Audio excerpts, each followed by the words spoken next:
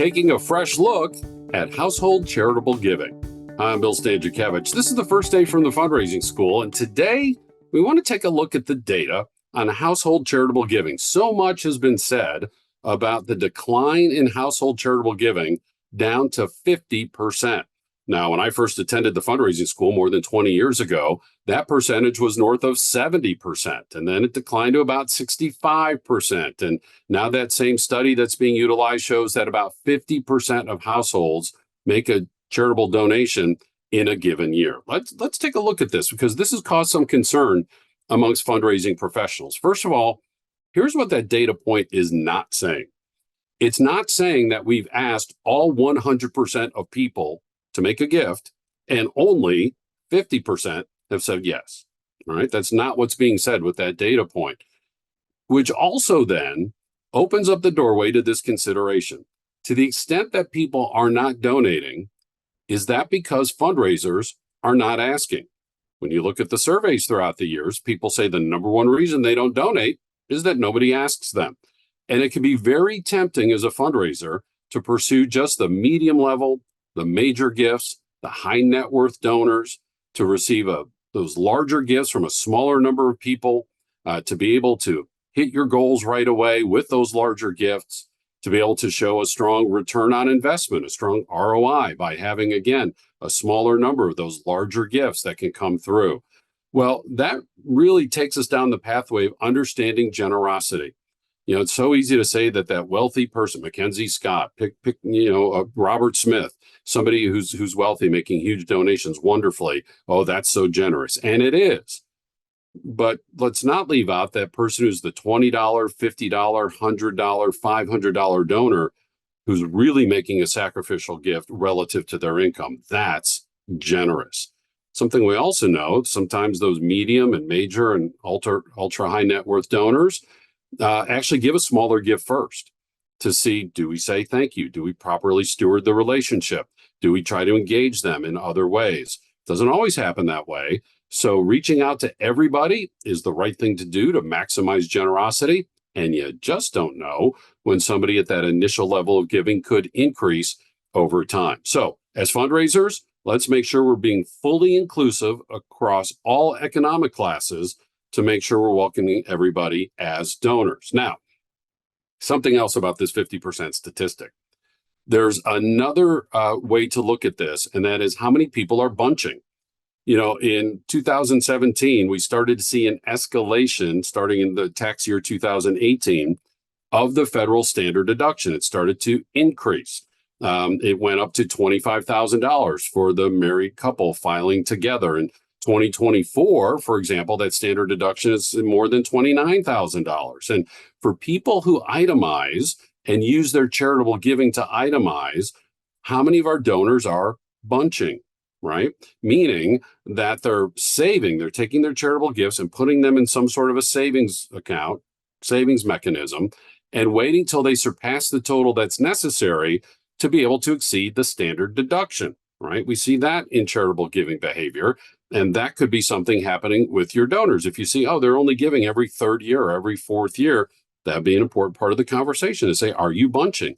And that might be another reason, because that 50% number of 50% of households giving is for one particular year. So if somebody's bunching, they may not fall in that particular year. It might be in another year moving forward. So we need to look at this with great care, especially when there are other data points showing to other types of household charitable giving. First of all, we know the significant increase in donor advised funds. And so we had the first donor advised fund was in 1931. And by the year 2020, we had 1 million donor advised funds in the United States. By 2022, there were 2 million donor advised funds, meaning it took 90 years to get to the first million and only 2 years to get to the second million. So those dollars aren't yet reaching other 501c3s, although they are moving out a lot faster, as we've talked about with our friends at the Donor Advised Fund Research Collaborative. We know the dollars are coming out, but they don't go directly to other 501c3s right away. So something else to keep in mind with donor behavior. Now, that 50% statistic, cannot be viewed in isolation. There's another survey, the American Perceptions Survey. People report 61% of households say that they donate to charity, right? Then Gallup, highly regarded, been in the survey business for decades. They report that 81% of households donate. And then there's the General Social Survey says 88% of households are donating. So we have 50% from one survey, 61% from another survey, 81% from yet another survey, and still another says 88%. Q Mark Twain, lies, darned lies, and statistics, right? It just can seem so confusing. And it really can feed this narrative that we're less generous, that people aren't donating, and not as many people are donating as in the past. And in fact, there's one narrative out there that if you follow this math, the declining percentage of households that give, that in 30 years will be in single digits, will be at, 3% of households will be giving. Well, first of all, think about that. We're going to have a lot more problems in our society than charitable giving if generosity is so non-existent that only 3% of households are donating. And we have to be careful about so-called following the math. One time my daughter was getting married and I thought I'm going to lose 10 pounds before that wedding. So I set some goals, some behavior changes, some diet changes, fitness, and so forth. And lo and behold, I met my goal. I lost 10 pounds. And I actually lost 1 pound a day for the 10 days leading up to the wedding. Well, when I did the math, when I got to Thanksgiving, I would be at 0, which means by Giving Tuesday, I would be at negative pounds. All right. You see the danger sometimes in so-called following the math. All right. Mark-Tony Wilhelm, who's a longtime member of our faculty at the Indiana University Lilly Family School of Philanthropy, he really helped us make sense of all of this and say, how can there be these different numbers? And it's because different people are being asked different questions in different ways at different times of the year. And Mark said, Bill, if you want to sum this up, what these data really say is only 12% of households never donate. And we've seen other reports and other studies that say, less than 20% of households never donate. So that possibility is still there. Maybe some people don't donate. Maybe they're not being asked. Maybe they're bunching. Maybe they're using their donor advised funds. All these different things could be at play. Let's make sure it's not because we're not asking. And the compelling story that proves that point is the story of the young man, Demar Hamlin. Remember him? Early 2022. Early January, Monday Night Football. He's playing for the Buffalo Bills. They're at Cincinnati. He was hit by another player in a certain way, a legal hit, and his heart stopped. They ran out to the field. They started his heart again, and it stopped again. Remember, it stopped twice, and they were able to revive him both times. When this happens, the after effects can just be severe. I mean, death, of course, but even coming back with brain damage, not fully able as before the injury. And Demar Hamlin's the exception. He came back fully able. In fact, even came back the next season to play for the Buffalo Bills. A miraculous story.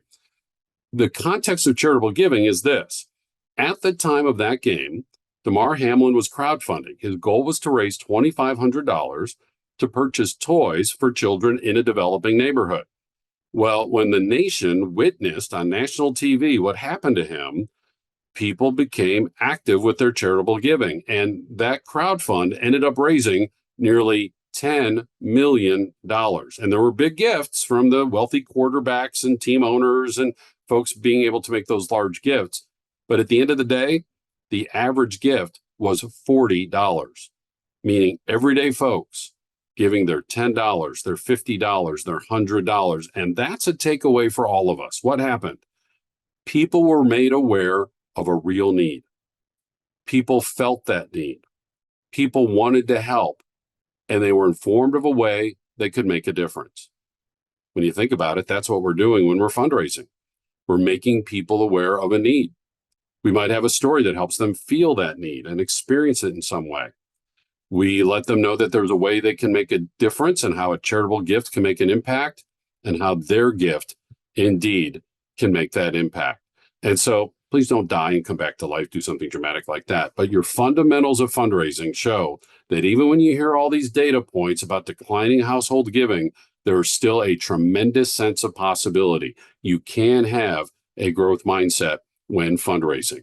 That's a theme that's throughout our courses. Certainly there are challenges, there are setbacks, there are obstacles when we fundraise. But if this were easy, we would just let AI do it, right? That's where we come in as leaders and as fundraisers to connect the philanthropic motivations and values of our donors to the mission of our nonprofit organization and the way transformationally the donor and the nonprofit work together to make the world a better place. It's a constant theme through our public courses at the Fundraising School, 24 of them in all, in person and online.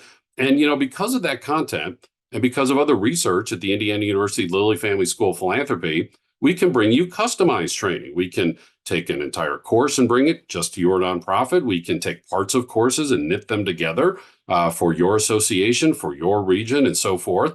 And our public courses and our custom training, again, in person or online in the United States or anywhere across the world. We also have our quarterly webinars and these free podcasts and all of our knowledge gathered in our textbook, Achieving Excellence in Fundraising, now in the book's 5th edition. All this information is available online. Our website is philanthropy.indianapolis.iu.edu/the fundraising school. I'm grateful for our producers today, Jennifer Boffman and Mike Anthony. I'm Bill Stanczykiewicz, and now you are more fully informed on this first day from the Fundraising School.